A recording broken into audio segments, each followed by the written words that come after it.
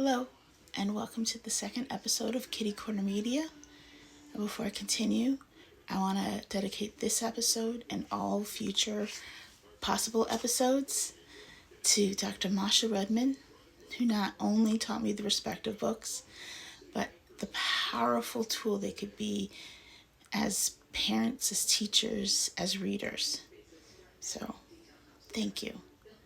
Now, today I picked a subject that may cause a lot of controversy to a lot of people, but it's something that I think everyone at one point has thought about, has discussed, has experienced, and that's the subject of consent, of what we allow and what we don't allow to come near us, to touch our bodies, or interact with us. This one is specifically focusing on touch. And I picked it not just because as a parent, this is something I've had to discuss with my child, but also as a teacher. I don't know how many times I've been in school and kids might be feeling off or upset, and their friends, even with the best of intentions, want to give them a hug or play around with them, give a little shake, pats on the shoulders, high fives, whatever. And their friend is not receptive.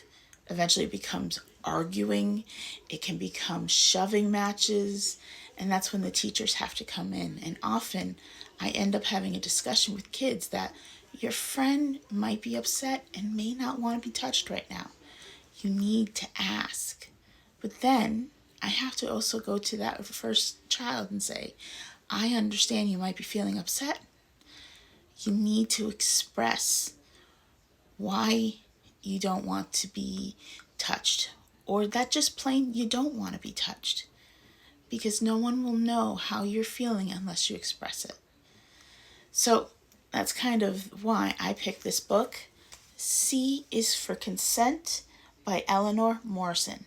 As you can see, it is one of those hardcover books that we generally see for littles, pre-Kers, babies, all that stuff. And the words are very straightforward. This is the situation. It's about a boy named Finn. At first, he's around his family, and his family are all demanding contact. They're all wanting to be around him, and out of love. But sometimes Finn does not want that particular contact at that moment. So his parents teach him to express himself, teach him to say, no, thank you, I don't want to be touched right now, or no, thank you, I don't want a hug right now. And they give him a list of alternatives, maybe a fist bump or a high five, along all those things. They also go to those family members who are asking for affection and let them know, just ask him. He might be in a mood, just ask him what he wants. And it comes to this beautiful little last page right here where Finn sees his best friend. Finn is very happy to see his best friend Rue. He asks, "May I hold your hand? It is okay for you to say no." Rue replies, "Yes, you may hold my hand. Thank you for asking first." Very simple, very straightforward, but it is a concept kids can get, as we can see between these two. And another part I really love about that, yes, this is a book kind of designed and looks for younger, but they have some questions here. Questions for older kids, questions for family members. Open up that conversation, because everyone should know, and we've all struggled with this, I think, at one point or another, what's okay and what's not okay. It's okay to not want physical affection. It's okay to not feel comfortable around a certain person. But we also need to express ourselves. Express, no, I really don't feel like a hug right now, but thank you. It's not rude, it's honest, and especially with the words that you use.